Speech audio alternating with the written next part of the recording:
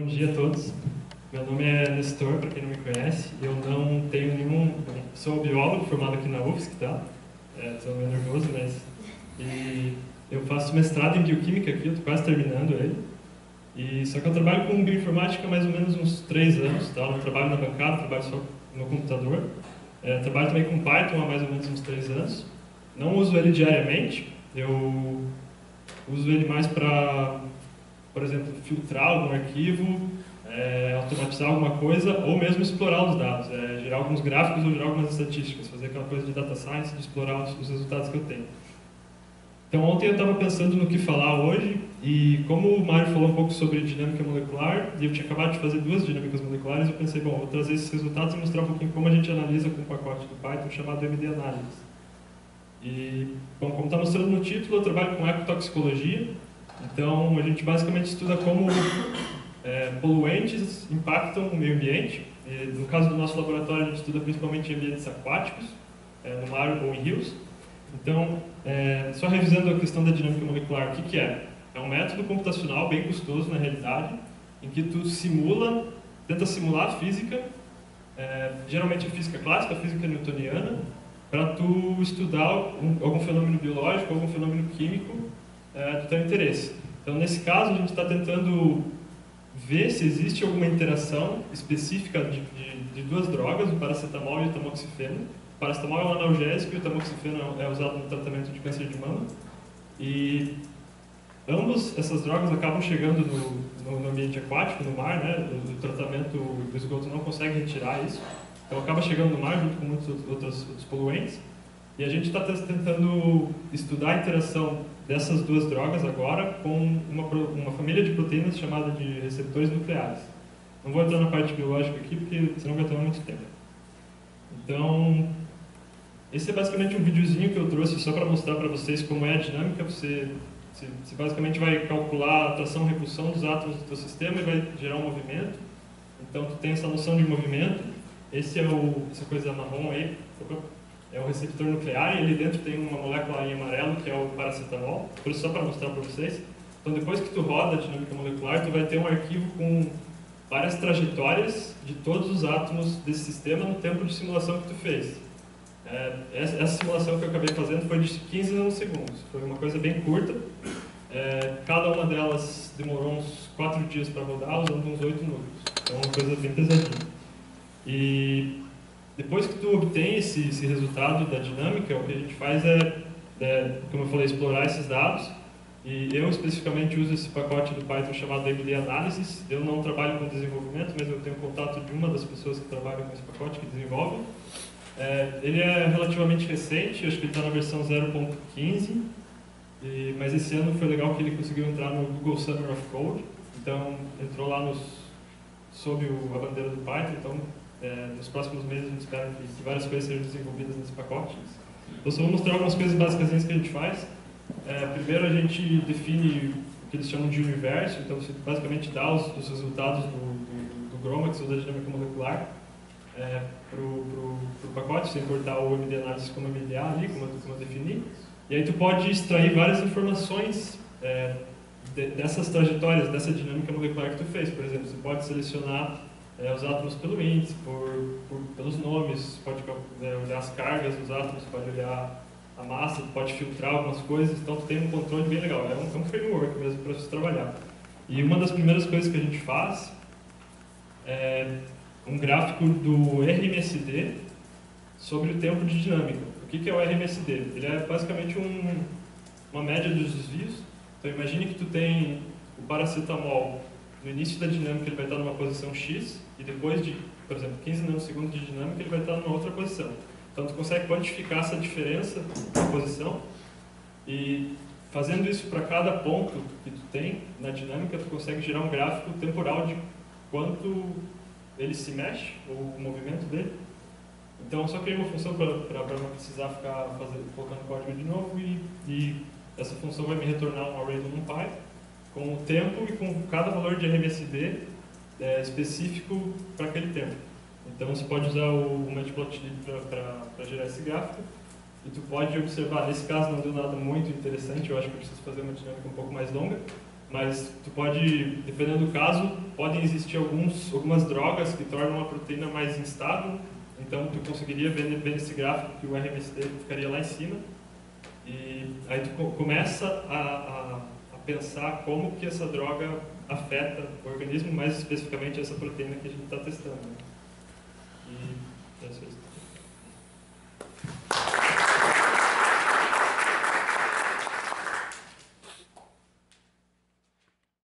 Estou me graduando em Ciências Biológicas pela UFSC, então o meu background é totalmente biológico e não muito da computação. Eu comecei, na verdade, a trabalhar com computação no final do ano passado, então eu sou bem iniciante nessa parte, mas vim apresentar, na verdade, a perspectiva pela visão do biólogo, de como você pode usar a computação para analisar os seus dados e facilitar, digamos, a sua vida, né? Eu participei do Ciências Sem Fronteiras, que é um programa do governo, e realizei uma pesquisa na Austrália, que é basicamente isso, com a bioinformática, né? Bom, eu vou ter que apresentar primeiro rapidinho o background biológico do que eu trabalhei, para vocês terem uma ideia. Então, toda célula, no caso, ela tem um DNA, e esse DNA, ele contém vários genes. E esses genes que estão dentro do DNA, eles possuem esse código genético que a gente fala, né? Aquelas letrinhas A, T, C e G. O que confere a célula ter a característica que ela tem é o conjunto de DNA, o conjunto de genes que estão expressos para aquela célula. E eles são expressos através de um RNA. E que daí, no caso, vai gerar as proteínas que vai dar a característica especial de cada célula. O meu trabalho foi a comparação da expressão desse RNA, né, ou seja, que ele faz a conexão entre o DNA e a proteína para gerar uma característica numa célula, numa condição A e numa condição B. Ou seja, na condição A eu tinha um conjunto de genes que estavam sendo expressos, que era diferente da condição B. Eu queria ver qual que era essa diferença entre as duas condições e ver quais eram os genes que estavam sendo característicos da condição A e da condição B. O resultado disso foi o sequenciamento desses RNAs e que me gerou 280 milhões de sequências. E essas 280 milhões de sequências, elas variavam de 35 a 151 códigos, ou seja, letrinhas. Então era um problema muito grande. Eu ia passar o resto da minha vida analisando esses dados, né? Então, através da computação, eu consegui, digamos, analisar, né, o que tinha, dentro desses 280 milhões, o que tinha que era relacionado com a condição A e o que era relacionado com a condição B. Foi basicamente isso, né, a comparação das sequências através de uma pipeline que era de expressão genética diferencial, que é através da plataforma Trinity, que é muito interessante. E para quem não tem essa base da computação, é super fácil, a pipeline já te dá todos, está nesse link do GitHub, te dá todos os passos e super fácil, você dá o entry lá, que é da sequência FASTA do sequenciador, que são os dados todos brutos. Aí você faz umas análises, faz várias, tira as sequências que são redundantes e tal, e faz toda a análise através dessa pipeline que é super fácil. Então eu consegui reduzir dessas 280 milhões para 3 mil, e me gerou esse gráfico que é super fácil de visualizar, que existiam, digamos, a condição A tem um padrão de expressão que é diferente da condição B, ou seja, esses aqui estão sendo diferentes daqueles lá. Então, daqui 280 milhões, eu baixei para 3 mil, mas ainda era muito difícil de analisar 3 mil um a um, né? E foi aí que entrou o Python, na verdade. Então, o que nós fizemos lá no laboratório, né? Cada sequência desses 3 mil eu precisava jogar contra um banco de dados online e buscar o que seria esse banco de dados do Smart. Você colocava a sequência de proteína aqui, nessa parte, assinalava todos os boxes aqui e ele te dava o resultado de qual que eram os domínios dessa sequência, que era o meu estudo de interesse, no caso, né? Então, só de automatizar essa parte da minha análise, de pegar a sequência automaticamente, jogar contra um site e me trouxer a informação de volta e colocar naquela tabela, naquela planilha de Excel, salvou muito tempo e muito trabalho da minha pesquisa, no caso, né?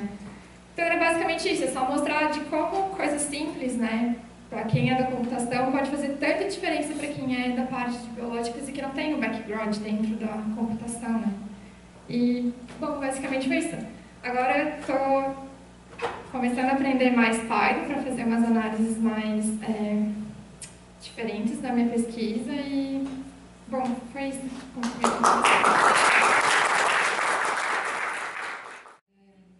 Eu sou Tânia Patrícia Simões Yamaki, vocês podem me chamar de Pati.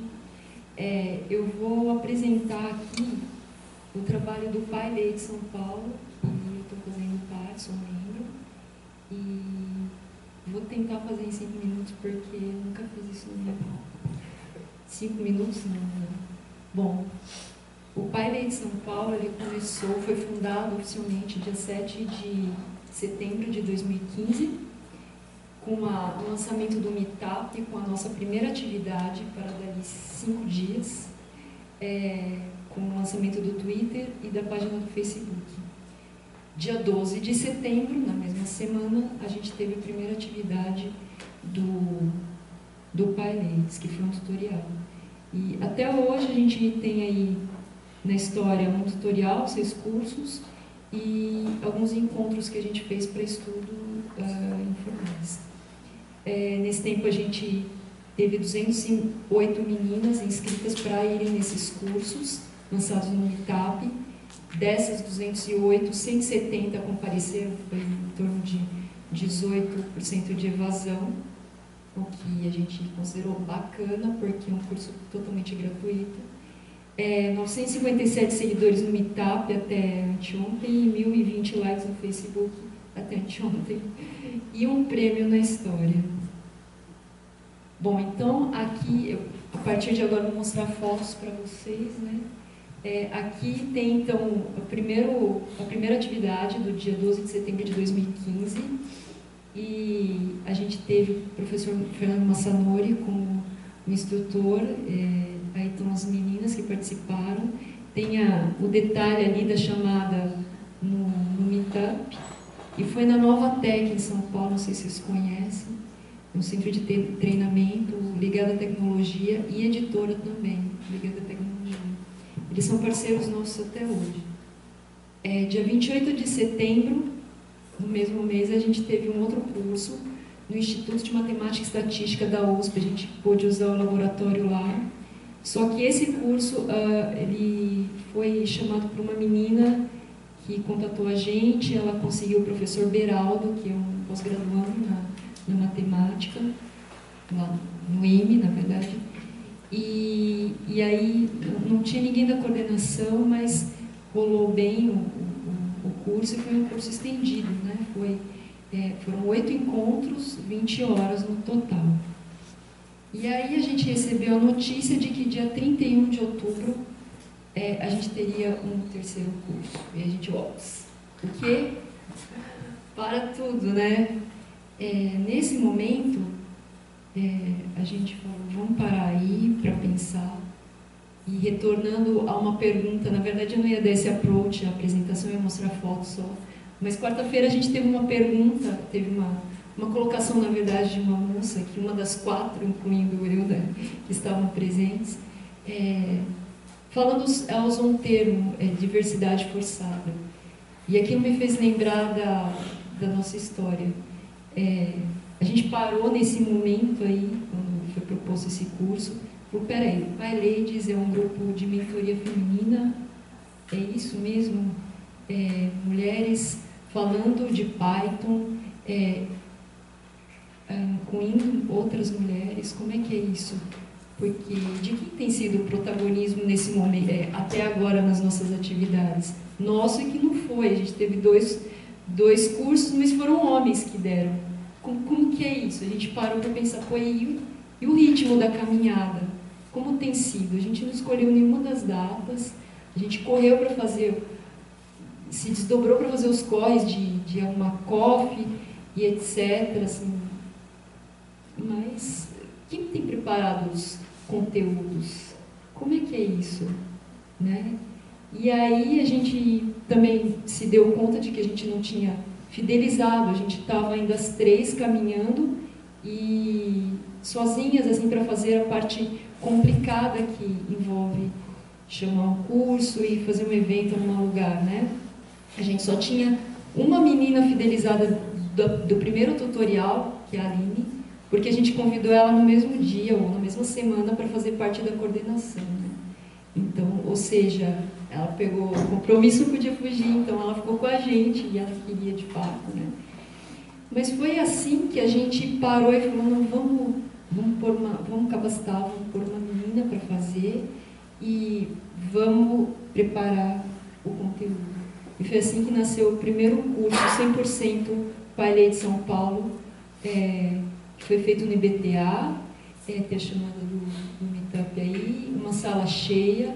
Neste, a gente ainda chamou alguns rapazes para fazer monitoria, mas a ideia era capacitar meninas aí para que fossem monitoras nos próximos. Eu queria chamar a atenção para essa japonesinha à esquerda, e porque ela vai aparecer em outras fotos. Foi o primeiro curso de Python dela. Tem algumas meninas aí, inclusive uma que é da UFABC, né, Federal do ABC em São Paulo, que está começando um curso de Python no curso dela.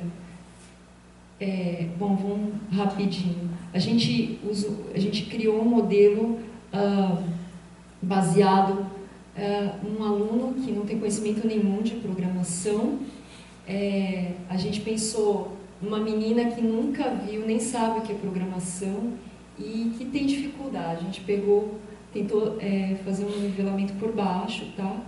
E o esquema é uma teoria rápida, a gente mostra a sintaxe, propõe um exercício, mostra o exercício resolvido, põe um exercício proposto, e isso para cada um dos conceitos que a gente vai mostrar no dia. E aí aqui tem um exemplo dos nossos slides, para vocês saberem um exemplo aqui proposto. E tinha um prêmio no caminho, eu preciso falar disso. A gente ganhou um prêmio de R$10 mil, na verdade um prêmio ligado a um projeto que a gente fez para poder ter condições de fazer coisas que a gente estava fazendo com o próprio dinheiro. E por fim, a gente continuou tendo cursos, a gente fez um curso de férias na Novatec, tivemos alguns cursos iniciantes, então aqui tem um que foi na ETEC São Paulo. Essa é a japonesinha daquele primeiro curso que a gente fez em 28 de novembro. Ela deu esse curso em 2 de abril. Dia 30 de abril a gente teve um intermediário. E amanhã a gente vai ter um outro intermediário, um pouquinho mais avançado, com a Júlia Risa, que faz parte da comunidade Python também. E aqui tem algumas fotos para vocês verem. Eu vou terminando aqui. Esses são os nossos contatos. Aqui tem o nome das coordenadoras atuais, para quem quiser contatar especificamente, pode usar o e-mail. Obrigada. I'm Celia. I give the tutorial on BioPencil. This is like a lightning talk for Ivan, especially for you, brother. Okay, you have the full tutorial in that link. We will try to see in 5 minutes a little bit of BioPencil. We are going to use BioPencil, NumPy, and Matplotlib. High performance computing sounds great, but you also have to be really low at the hardware. And the issue here is that we have a really diverse hardware going on. We have like Tegra cards for mobile devices, media. We have CPU cores with more GPUs embedded in there. We have Apple for NVIDIA. And we have Arduino NVIDIA cards. So the issue here is, for example, if you want to program in NVIDIA devices, you have CUDA language, but CUDA is restrained to the company that sells that video cards. And also you have constraints between versions of CUDA and the devices. So for one device NVIDIA, you have to have this special CUDA language. So you have to program like a bunch of programs from different devices. So OpenCL is an open royalty-free free standard that tells an abstraction layer to program to any of these hardwares. So we don't have to be thinking about which hardware we have. We can program in our netbooks that doesn't have any cores, and we can move that to the cluster. So that's pretty good. So OpenCL is developed by Khronos, but all the companies pitching and have their SDKs and things like that. So OpenCL tells us how the host side programming have to be and how the code in the device have to run. So we're going to look any pipe or OpenCL program. You have a host part that is in charge of how the platforms are arranged, how you send to run some kernels. And in the compute device, you have the kernel that runs on your NVIDIA card or ADI or anything. So how to install OpenCL? Each Linux has his packages, it's not a big deal. PyOpenCL is via pip or Anaconda, you can install it with Conda. So why use PyOpenCL for high performance? So Python is not very popular in that. But the host side is not the part that has all the highest performance, it's only the kernels. So it doesn't make sense to write your host program in C++ because you're only managing devices and sending to programs and things. So PyOpenCL is great for that. So a simple host program like a Hello World, you have 360 lines in C++ and 43 lines in Python, and even using object-oriented, not only lines. So we are going to use an ePython extension for PyOpenCL. It's really good. We are going to see how that works. We import our libraries. Oh my god, I really know. We can get our platforms. I have an NVIDIA card. We can have information about that card. We can see our memory, maximum items, and stuff like this. We need a context to get all the devices that we have, and we need a queue to send all our kernels and data to the devices. That works like that. You can see the full tutorial. You can create a common queue. We have a bunch of events to synchronize and look what is going on the devices. We have memory objects, we have images that we can load, like this, cl.image. We can release that memory from the device. We can create buffers like arrays. And we have our program object that this is the part that runs on the device that we want to compute, or CPU, GPU, or DSP, or stuff like that. Okay, let's go. We have to build that kernel to run it, and we just put it in the queue so that goes to the device. And when the math is done, we can ask from the queue to get our results and something like that. And we can check if the math is right. So we can see, okay, if the result from the device with the kernel is the same with Python. Let's go to one more check. This is the last one. Okay, PyOpenCL has arrays, so you don't have to build by hand the buffer. You can just say, I want a NumPy array, and that NumPy array also has the buffer to the device. So we open one image. We say, okay, I want this array from PyOpenCL, move it to the device in this queue and this NumPy array. And we can have without all the previous definition, really nice thing. And we have this CL kernel extension from the ePython, so you can spread your C code here. You don't have to put semicolon commission. So here we pass the angle, and we just call. We don't have to build the kernel. We don't have to do anything. Just call it and pass the parameters. And when we want to get it from the device, you just have to say your array.get, and you get your result. So there is some more, but there is not that. Thank you very much.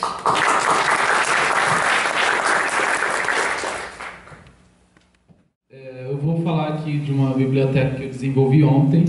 e ela serve para rodar testes no Jupyter Notebook.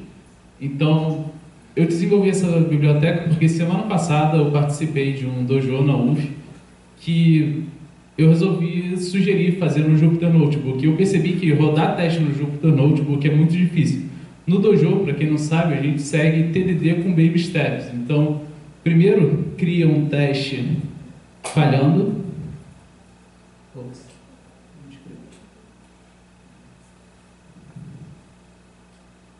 Então,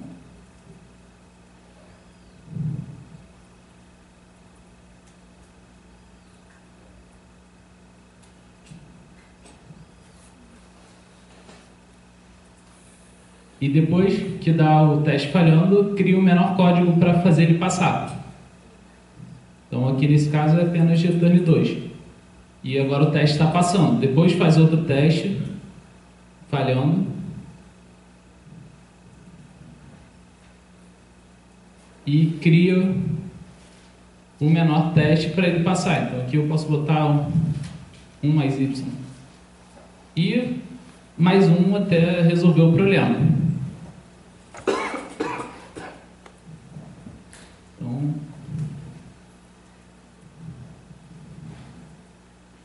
o problema, e depois faz passar. E agora todos os testes estão passando e a função está funcionando. O problema de fazer assim com a assert no Jupyter é que se você fizer um teste falhar, você não sabe quantos estão falhando. Aqui ele parou no primeiro assert que falhou. E o ideal seria usar o unit test. Então no unit test você consegue ver quais foram os testes que falhou, quais foram as falhas. Mas para rodar um unit test, além de ser mais verboso, você tem que importar unit test, você tem que definir a classe de unit test, herdade de test case, tem que definir cada teste individualmente. E explicar isso para quem está iniciando não é muito simples. E além disso, no Jupyter Notebook você tem que carregar a suite, carregar o loader e rodar o teste aqui. Então eu resolvi fazer essa biblioteca para poder rodar a partir dos asserts como se fosse o unit test. Então vou carregar a extensão.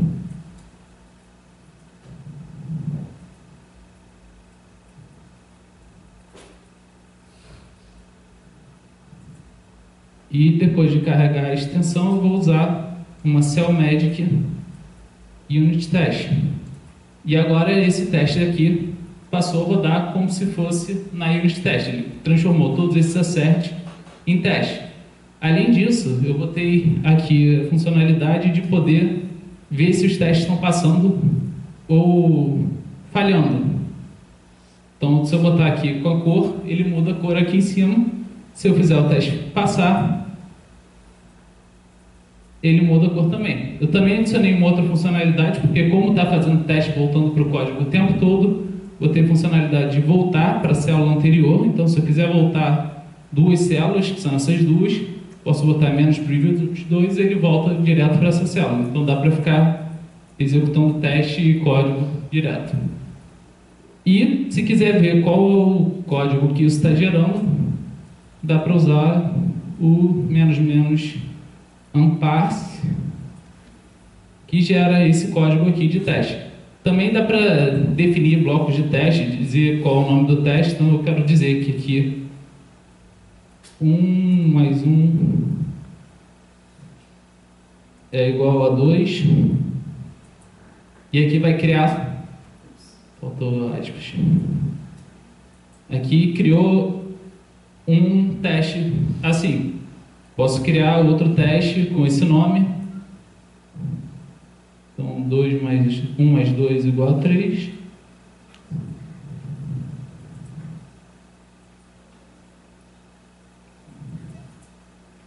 E aqui agora ele juntou esses dois últimos.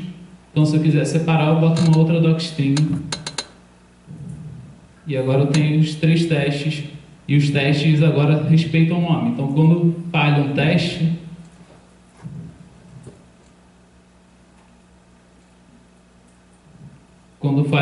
ele diz exatamente o nome do teste que falhou. E é isso. Se alguém quiser usar.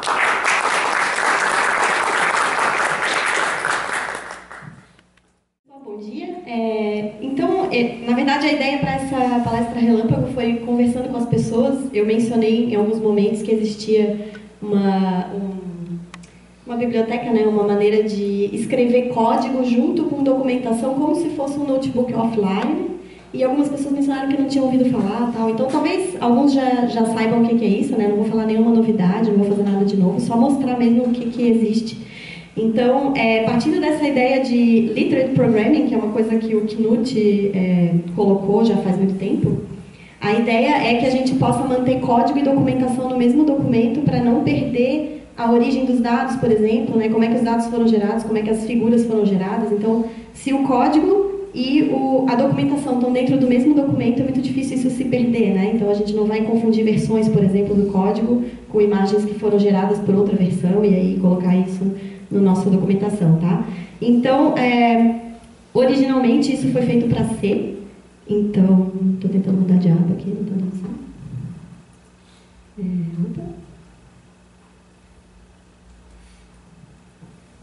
Certo, então originalmente isso foi feito para C, então tem esse negócio que chama C-Web, talvez vocês conheçam, não sei, então a ideia é a mesma, a ideia é escrever dentro do mesmo documento de texto algum pedaço de código em C e algum pedaço de documentação em algum formato bonitinho. Então, no caso, claro, como é o Knut, ele usou TeX, a gente pode usar hoje em dia outras coisas, dá para usar Markdown, dá para usar outro tipo de marcação, né?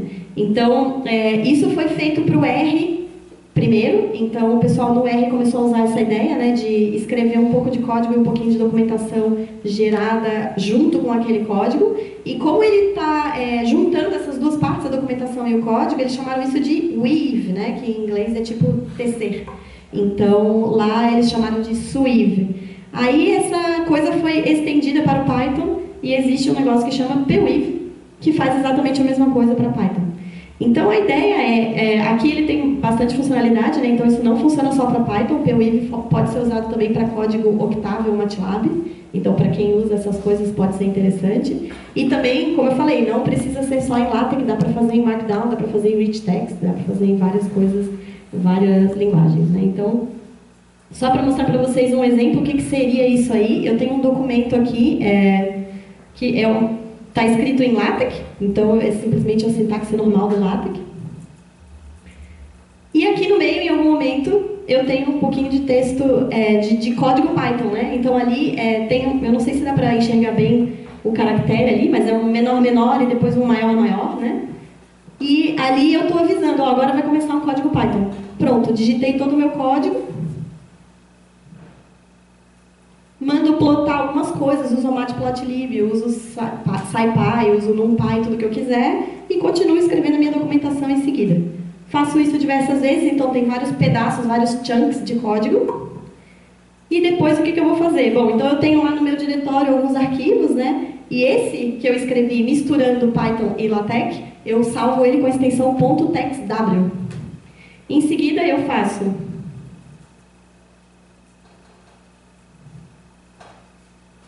pweave-f, para dizer qual é o tipo de formato que eu quero no final, text pigments. Então eu estou usando uma outra biblioteca que se chama Pigments para fazer syntax highlighting, porque eu quero que o meu documento final em PDF fique com Python bonitinho, com realce de sintaxe e tudo mais.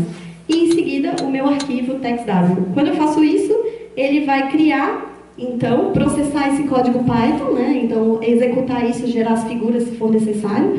Se a gente der um ls aqui, ele criou um diretório de figuras, onde ele criou aquelas figuras com Matplotlib, e ali do lado ele criou um outro pigments.text. Então agora eu posso compilar esse cara usando o PDF LaTeX normal.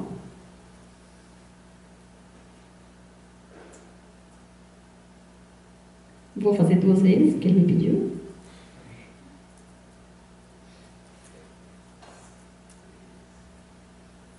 E em seguida o documento final. Então o que aconteceu no documento final?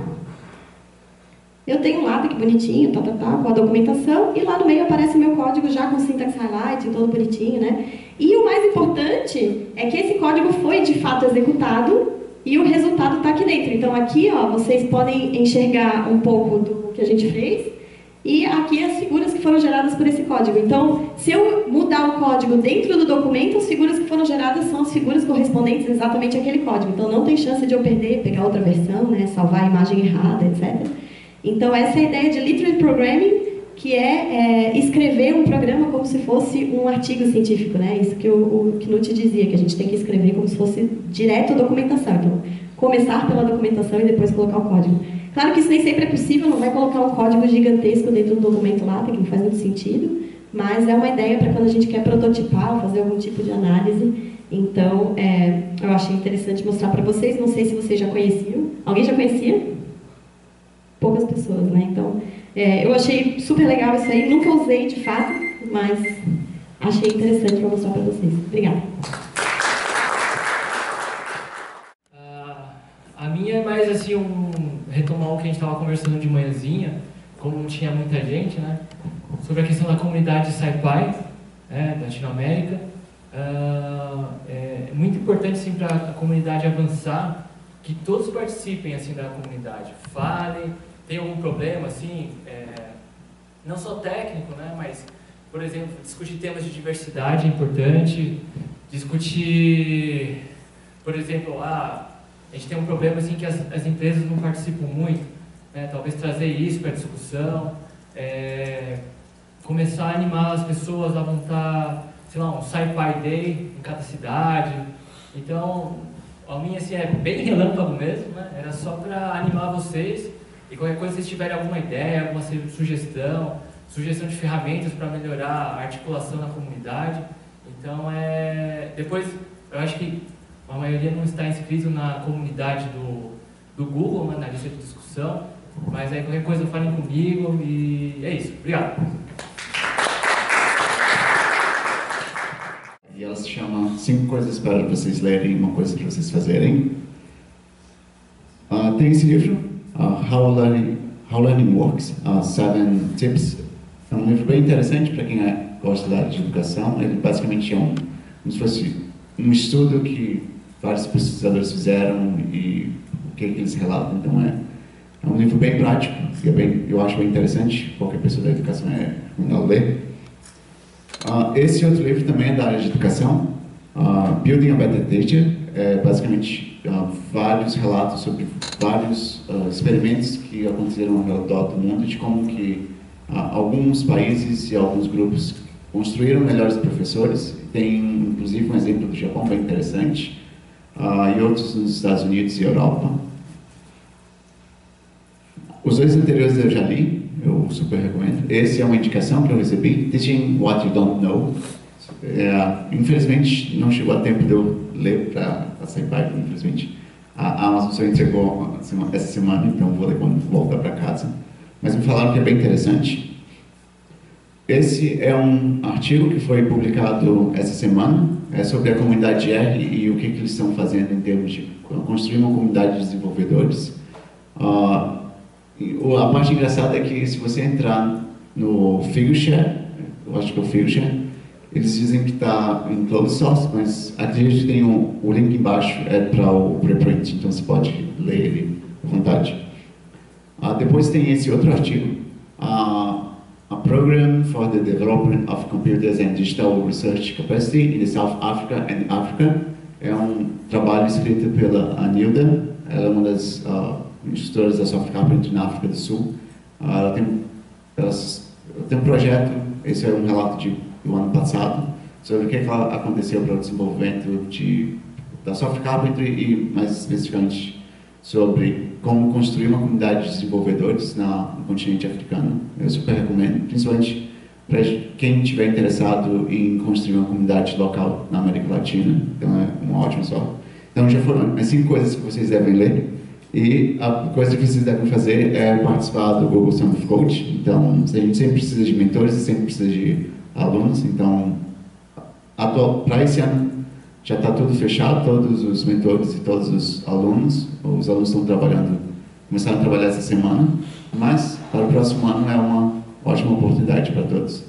E para terminar, apenas os agradecimentos a todas as pessoas que me passaram links e recomendações, 6 delas, aliás, tem várias outras.